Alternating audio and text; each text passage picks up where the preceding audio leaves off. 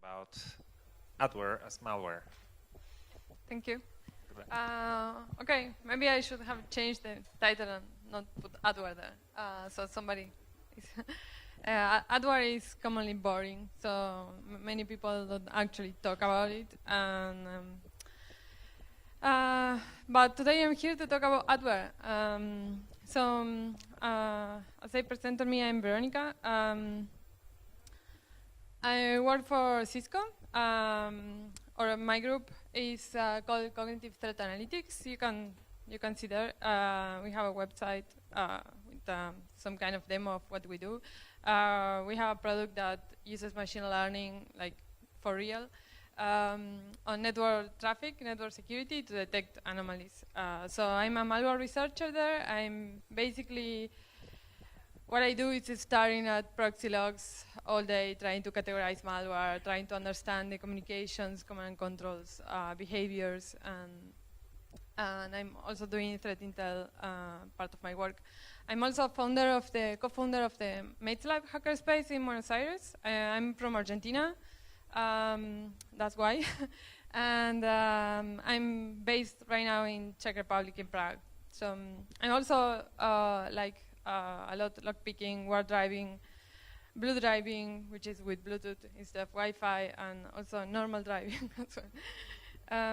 Okay, so today I'm going to talk about adware and the giant of adware. And I hope you appreciate my homemade drawing, 5 years old drawing. Which is, I was trying to find something that represents adware, and there aren't many things to represent adware. And from my perspective, that I'm looking at the network traffic, this is how I see it. This is how I picture it, because it's a huge giant that nobody actually cares about, and it's quite ignored, but it's there, right? So today I'm going to talk about this. As I say, adware is huge. So for a start, I kind of split it in categories. This is not exhaustive, okay? It's kind of to put some organization into it. We have, in one side, ad injectors, which are doing exactly that, injecting some code on the visited pages that you see, that you browse, and that piece of code will finally load some advertising. Then we have browser hijackers, which they also inject advertisings, but the main functionality is to change the browser settings. They force your browser to use a particular search engine. They also change many other settings of the browser. They can actually turn your browser insecure. And of course, they show pop-ups as well. And then we have utilities. I hope the images are big enough. Utilities are this type of adware that they offer you to do something, like they actually they use some kind of social engineering to tell you, okay, we are going to clean your PC, we are going to optimize it. And people that is usually already infected with adware, they see this as something that they are interested in, so they actually download and try to use these products. Of course, in many cases, this doesn't work. So this is quite negative, but adware is not necessarily malicious, let's say. Using advertising to get some revenue for your product, it doesn't necessarily use something bad, okay? It's very questionable. But 20 years ago, 15 years ago, this wasn't like this. But nowadays, what we think about adware is that, at least from security professional point of view, it's not something very good. And so let's see how these different adwares get installed on the system. So it doesn't matter the category of the adware that we are talking about. They all are distributed kind of in the same way. The less popular, from what I know, is malvertising. You actually see some advertising saying, okay, download Optimizer Pro, so you will click on it, and there is user consent, which is kind of important. because the people actually clicks on that and say, yes, I want this product, okay? Then there is drive-by download. The user consent is not necessarily there. And then we have software bundles, which the user consent is always kind of tricky in these cases. And we have a very set of pictures that Lavasoft published in some blog some time ago, which is excellent for this explaining how this works. Software bundles are one of the major sources of adware infections, okay? So it starts with something like this, which actually the user needs something, okay? The user needs, in this case, VLC. So they want to install it. And so okay, they go to the internet, they get an installer, and they say, okay, let's get VLC. But it says, along with VLC, you will get the bundle software uninstaller, because if someday maybe you want to uninstall VLC, and for some reason they doesn't come with an installer, so you need an additional one. And something else. Okay, that's for now. And now they say you click next, and then you have YouTube Accelerator. You also have Shopper Pro, because they want to help you to shop better. And of course, Sense for relevant promotions and so on. So you wanted to install VLC, and now you have 5 different products, but it doesn't end there. Because you click next, and hoping that you will get there. And oh no, wait, we have Omega Plus for making it your default browser. Okay, next. And then we have something like, it's called Trollaton, something like that, which is not very clear. They say that they will consume your information, your browser, visited pages. They will promote coupons and site reviews and something like that. Okay. And of course, it's not ended because you wouldn't want to leave out some amazing third-party store for Android applications, super verified. So in the end, this is mainly the reason why when you go to your parents' home, the computers look like this, which happens to me more often than I would like to admit. So I was very curious because in my work, I face this stuff a lot. I see this traffic on the network all the time.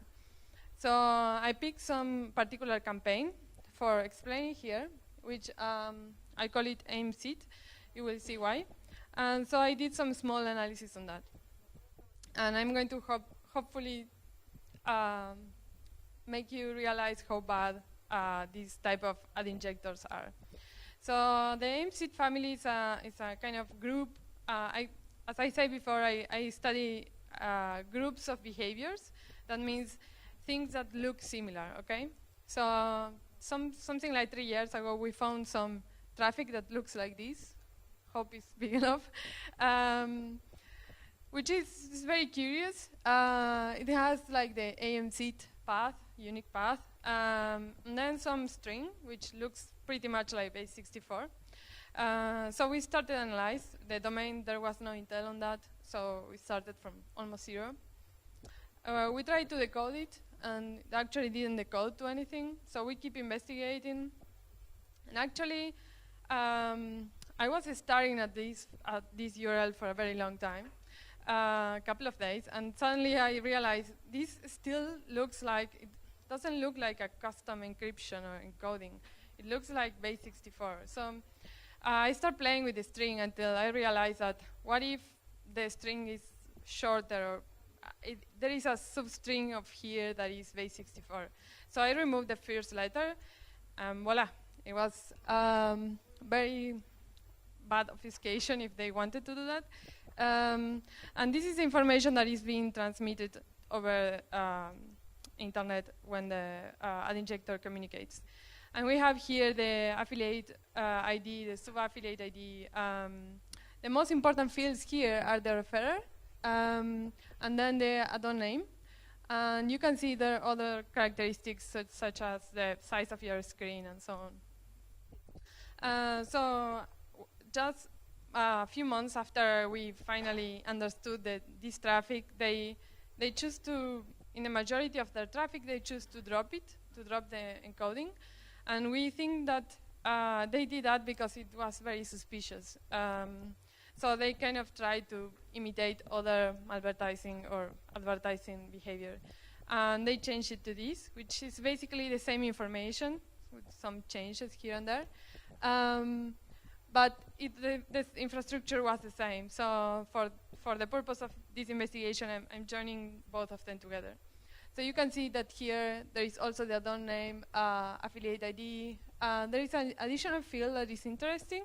That is the client UID, which is actually, if you are, for example, using Windows, this is the volume ID of your machine. So how do this work? When you go to Google, okay, imagine that you are using an infected browser, okay, that is have a malicious. Ad injectors usually are malicious browser extensions that when you check the extensions in your browser, they are not going to be listed there. So when you try to search for Google, you press enter, then your browser, you will do the normal request to Google, etc. But the browser add-on that you have installed will see everything. And when I say everything is everything, it doesn't matter if it's HTTP, HTTPS, they don't care. They will see everything. So at the same time you're doing your request to Google, what they will do a request to their servers, sending the string URL that I just show, which includes, of course, the add-on that you have installed, the size of your screen, other characteristics, and also the referrer from what you're trying to visit. In this case, is Google. So they will do a query to the malicious server, okay? And then the malicious ad injector server will respond with some JavaScript. So by the time that Google responds, which is very fast, the browser will get to display the code of the page that Google respond, plus the injected code that the ad injector also brought. And by that time, the browser will start processing all the JavaScript of the page, trying to load additional resources and images like usual. And on those tasks, it will find the malicious JavaScript injected in the page, and it will try to load it. And this JavaScript that is injected, what it does is it has a mainly decision-making logic. It's doing some fingerprinting and gathering more information of your environment, and they will choose an advertising server to get the advertising from. So if you are located in US, you're not going to get the same advertising that you are located in Poland. Nor if you are a Mac user, are going to get a different advertising that you will get if you are a Windows user. Okay, so more comments on this. When you, so we have from some software bundles, mainly. We have browser add-ons and other type of ad injectors. And these requests, right, browser extensions, they do not inject one advertising per page that you visit. They will try to place as many as they can because it means money, right? So often when you visit, for example, Google, it's just one page, but they will do 3 or different queries and sometimes 2 different ad injector servers, right? So that means that they will get all the visited pages that you browse, like everything. And not only that, but it's redundant because they are sending this information to different 3 or more servers every time you visit a single web page. So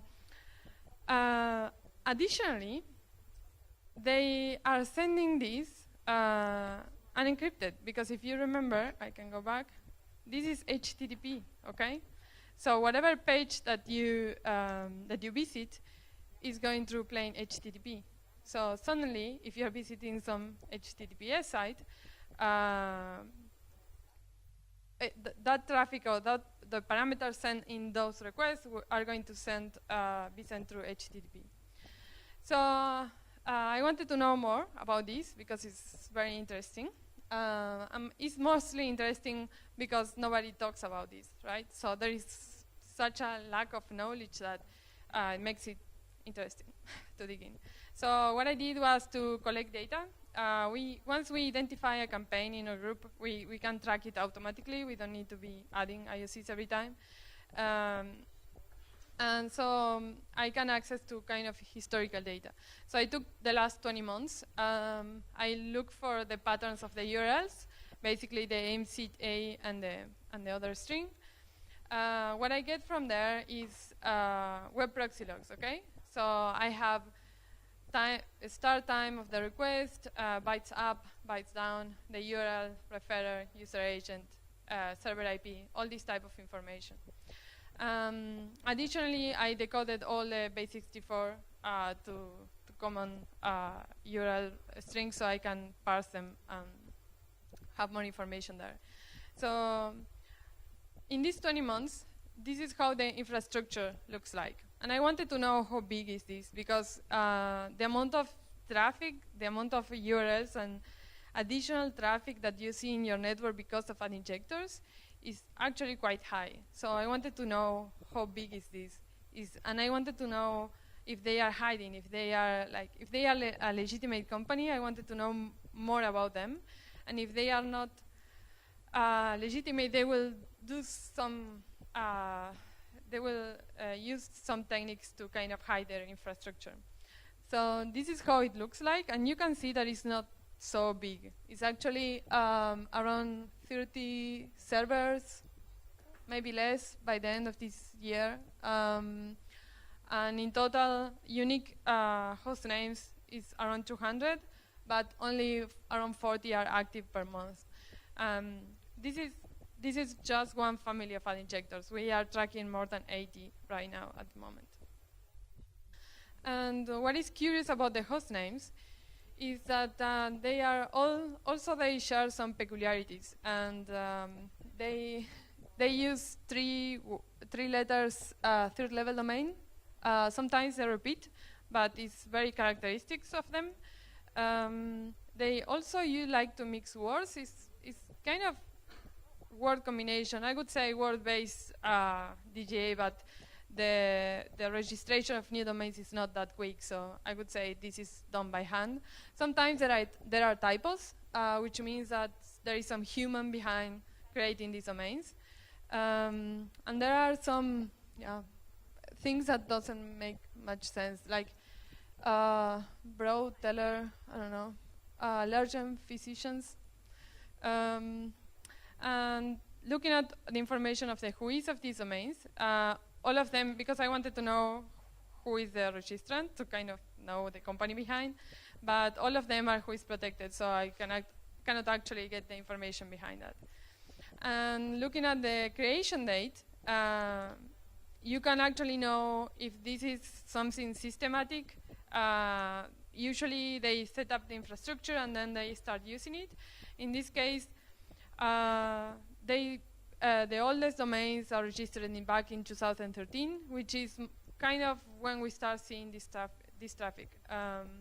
But then there is no pattern around this. It seems that they register new domains every time they need or they get blocked or something like that. It's very reactive. So what information is sent through the URL? Remember that this is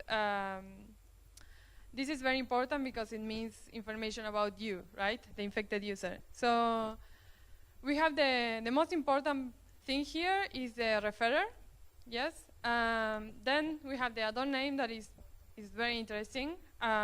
We have the client UID, affiliate ID, sub-affiliate ID, and sometimes, depending on the type of query, we have seen that they specifically send out the affiliate network.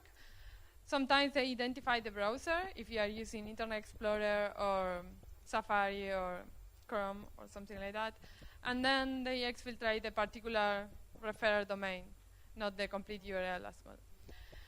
So from here, the most risky thing from the user point of view is the referrer URL. So I dig more into it and try to see examples to kind of make people understand if there is a real risk or if I'm just exaggerating.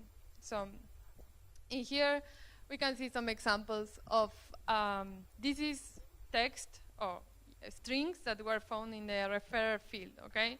So for example, in the first example, you can see that the user actually was trying to see a PDF through the browser. So he was opening the PDF on the browser, and the ad injectors, they are not very smart. The logic is not complex at all. So they will actually inject advertising in anything they can. They don't make any distinction. So in this case, they were trying to inject advertising in some PDF file that you were trying to open it through the browser. In the second example, sometimes you, mostly if you work in a corporate environment, you will be protected by some kind of proxy, security proxy.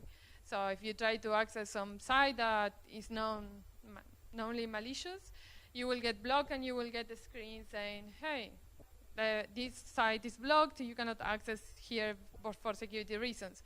And the ad injectors are actually many times, they try to inject advertising in these pages. And if you see something like that, is why my security product will actually inject advertising in their claim for being blocked in a malware site. So, but this is very interesting because I will get back to this later. But this means that they know which security product you are using, and sometimes this is strongly, highly redacted for security reasons, but there is a lot of information being sent in these errors, like the process that is running, sometimes your user ID, the timestamp, location, so on and so on. So what else? Encrypted sites. Encrypted sites is very interesting because people say, no, but I'm browsing through HTTPS. This doesn't work in there. And actually they do. Everything that you do is exfiltrated by the ad injectors. There is another nice example. It's the most shocking one, which is in this person was trying to book a flight, or actually probably did book a flight to some airways companies. And you know, airways companies, mostly if you are using some internal site, they will send everything through the URL. Okay, so we know that this person was booking a one-way trip from Madurai to Chennai on 7th of March of 2016. There were more users, more information about the user, like the user IP, the user country. Sometimes you can find the username. So this information should be only in your possession and not in the notice that this is HTTPS. Okay, if you are capturing traffic from other part of the network, you are not going to see this string in the URL. You are going to see only a HTTPS airways.com, and that's it. You are not going to see the full URL. But because the ad injector lives in the browser, they see everything. Okay. So in this case, they got everything. Some companies they also put your passport name in there, like number, which is even more dangerous. We have other cases like banks, and also information we consume, like any other site that we visit. I've seen tons of Stack Overflow, Google, newspapers, and so on. And remember that everything is sent through the network from your computer with no encryption to multiple servers at the same time. Okay? So another thing that I look at is remember we have the addon name parameter. So I parse all the URLs for 20 months and say, okay, how many addon names are there? So we found more than 700. And this is some partial list. There is some list going around in the internet that says malicious known browser extensions for Firefox or Chrome. Many of these are not there. Which is very interesting. And you can see that some of them are versioned. So there are several versions. You can see more here. Actually, they were very active. They went from version 1 to version 6 in only 20 months. is pretty nice. So we can see actually the full story. And if you take any of these names and you Google for them, there is plenty of guides to remove these malicious browser hijacker and so on and so on. So the question now is like, okay, we have these advertising servers that they send information outside. Why would I care? Basically, we care because the information they possess. They can know everything. John was talking about metadata yesterday. This is kind of has the same impact. Some years ago, some people still today complain that, oh, NSA is collecting metadata on us. Well, malicious advertising or ad injectors are doing the same, but nobody cares, okay? They can know our location. They can know our browsing history. They can know where do we work, because we visit internal sites of our companies, because we work doing that, so they know all the internal sites of our companies. They know the services we use. Sometimes if, I don't know, McAfee blocks some URL that you are trying to visit or some file, sometimes you will, the ad injector may have that information. The proxy, web proxy, security proxy can also get exfiltrated, as we saw. So they can know how we are protected. They can know how we are not protected, because they know, okay, you are using this product. I know this product is not very good, so I can get in from other different sites. They can get our users' credentials if we are not careful enough. They can know our travel plans. This happens more often than we think, because if you are going somewhere, you probably Google for it, okay? And they will know. You will book some hotel. They will know. Of course, they will know our interests, time zone, work hours, relationship, health issues, anything that you can mine from your browser history. I don't share my browser history with anyone, even with my partner. Why would somebody see my browsing history, okay? And if I'm infected, they will have it, and it's not very nice. So it's not just advertising. It's more than that. And remember again, this information is sent outside multiple times with no encryption. And the most alarming thing here is that these infections are long-lived. So adware infections are completely or totally ignored by users, because they just tolerate them. That's why every time I go there to my parents' home, the computer looks the same, because they live for a year with that infections there until I get there and I clean it. And companies is the same. I would have expected differently, but it's not. Security people, we don't remediate these things, sometimes because we don't have time, because we are busy fixing other stuff, sometimes because we don't see them as a security threat. And there is another misconception that all these adware infections affect only Windows, and this is not true. Besides Tel Aviv in June, Amit presented a very nice research on OS X period adware, and you should read the report. It's excellent. He enumerated all the problems related with this and how Mac users were actually more prone to get infected to this, because they are assuming they will not get infected with anything. So we have this type of adware exfiltrates information. They violate our privacy, and they also distribute other malicious content, because they inject advertising in the end. So people that see advertising on the pages, sometimes you see it in sites like YouTube, so you think the advertising is legitimate.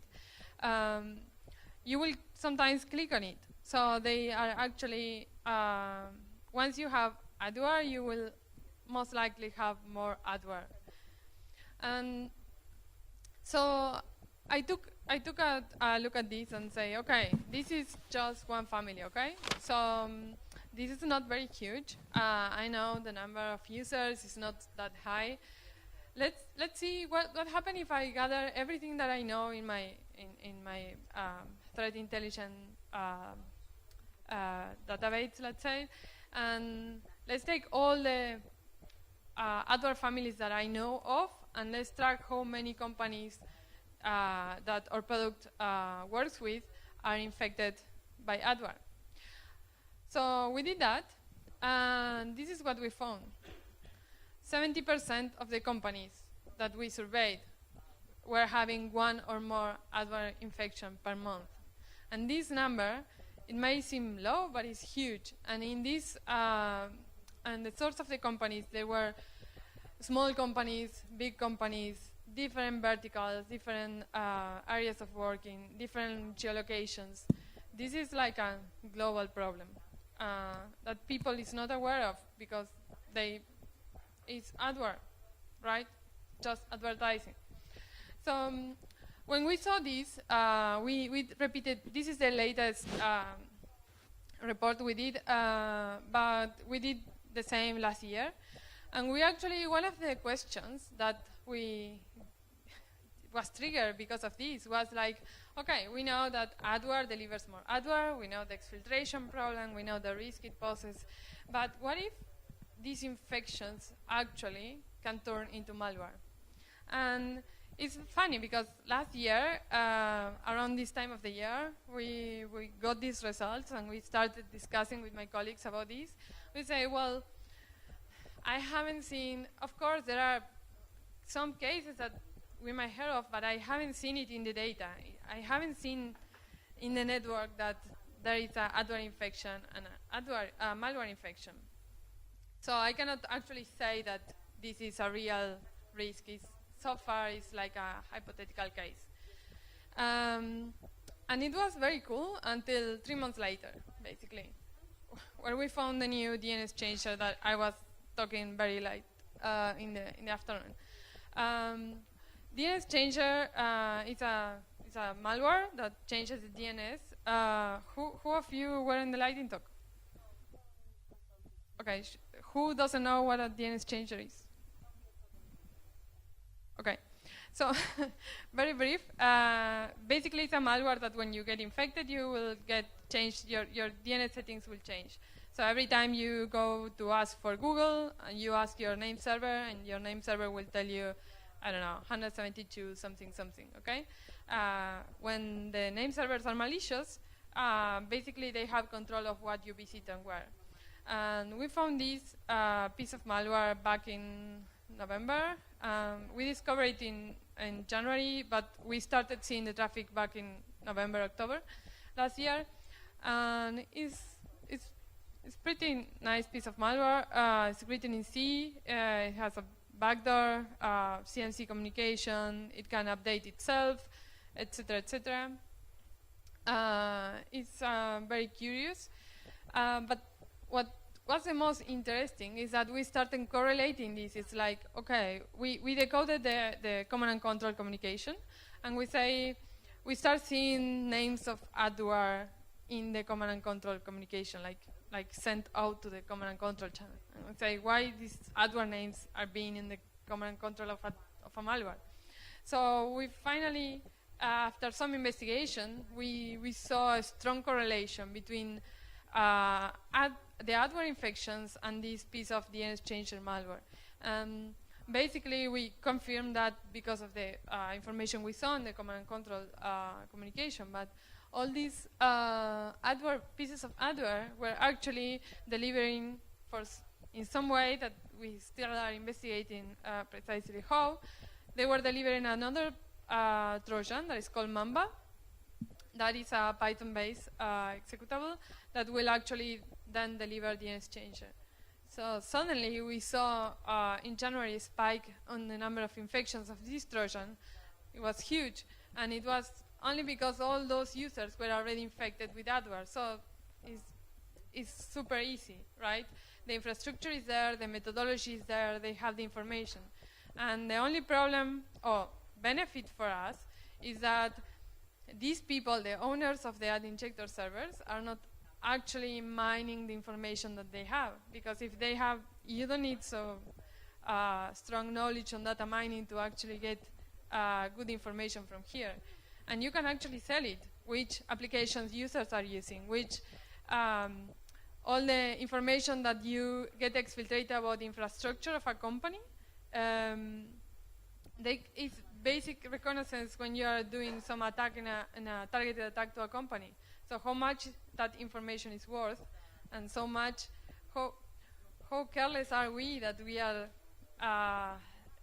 making that information go away without doing anything. So this was very enlightening, because so far I was on the group of people that thought, okay, who cares about adware? I don't want to investigate adware, it's boring. And then suddenly it was like, okay, but we need to start telling our users that they need to remediate, because this is a serious problem. So in conclusion, don't underestimate adware. This is every infection in your organization counts. If you don't remediate, it's like having a backdoor. We are, as some people say before, we are chasing APTs and nation-state actors when we have these in organizations. That may not be so advanced, but is definitely more persistent than many of the attacks we are seeing. So sometimes, in many of these cases, your privacy is compromised. And for some people, maybe not for us, this doesn't make a difference. But for example, for journalists, this might be the difference of compromising your life. So knowing where you travel and when, this maybe puts your life in danger, right? But the number of infections we are seeing, we cannot do this alone. Like security professionals, I think we cannot solve this problem without educating the users. And I know that many people think that educating the users is useless because they don't learn. But we should hack the users and make them change their minds, because we cannot do this alone. And finally, talk about this. If you find adware, try to look into it, try to document it, because so far there is no information. Most of the information that is available is from all these guys, just clean up the adware, but there is no real research opening the adware, investigating what is in the binary, what the mechanisms are, and so on and so on. There is a very huge lack of knowledge about this. So put this into your daily conversation, and let's do something about it. Okay, thank you. Thank you.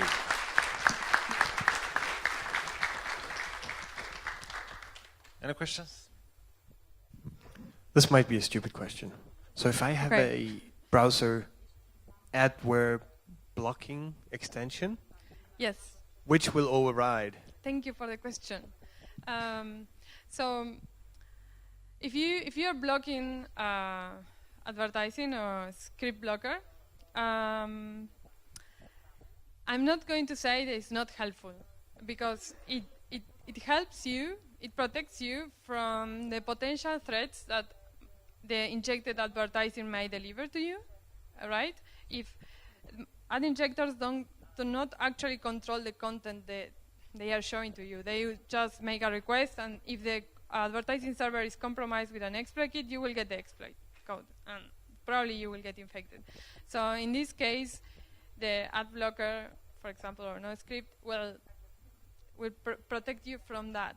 But if you have a script blocker, you will take more time to realize you're infected, because you will not realize that actually you have something in your browser that is trying to inject advertising. So you will go to YouTube and you will not see nothing, but it doesn't mean it's not there. So it's kind of tricky, and it's complicated. Sometimes I don't use a script for example, for some sites that I know they don't inject advertising or like local files. If I see something there, it's like, okay, I did wrong, I got infected. Any other questions?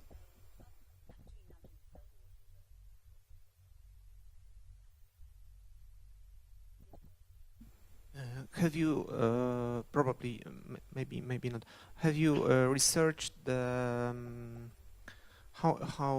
which browsers are more often or less often infected, or how? As we know, there are some browsers for like Firefox and other that has a lot of add-ons, and probably, in my opinion, they are more potentially can get more add-ons and be infected more easy, probably. Have you researched that? How which browsers are more vulnerable and maybe more often infected?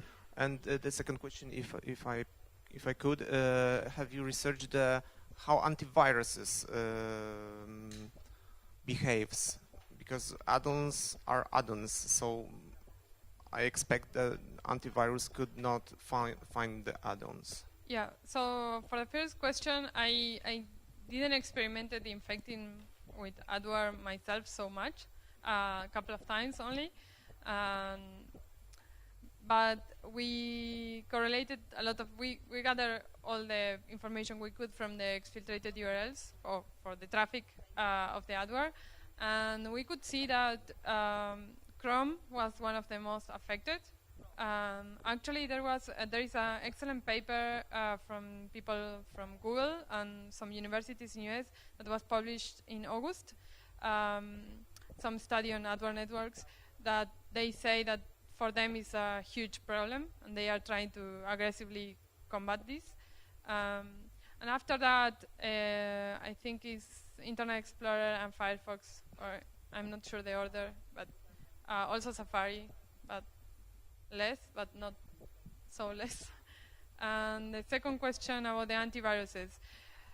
For what I see in the traffic, I don't want to blame any antivirus product, but I don't think it's working because I don't see the numbers going down. And I know that there are some companies that have specific products for browsers, and that seems to be working for what I can read in the forums, but I don't have more information about it. Yeah. Small comment. It seems I did last weekend some cleanup of some different things on adware injectors, and some of them only install on your default browser. So if you have more browsers installed, they will only install on the browser that's your default setting. And for the AV to find this, some of the AVs require you to actually check the find and remove PUPs, and if you don't, they won't scan for it, they won't notice it, because some of them classify these as potentially unwanted programs. Yep. Super. Thank you. Okay. Any other questions? Anyone?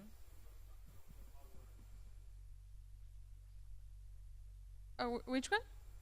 The ad injector?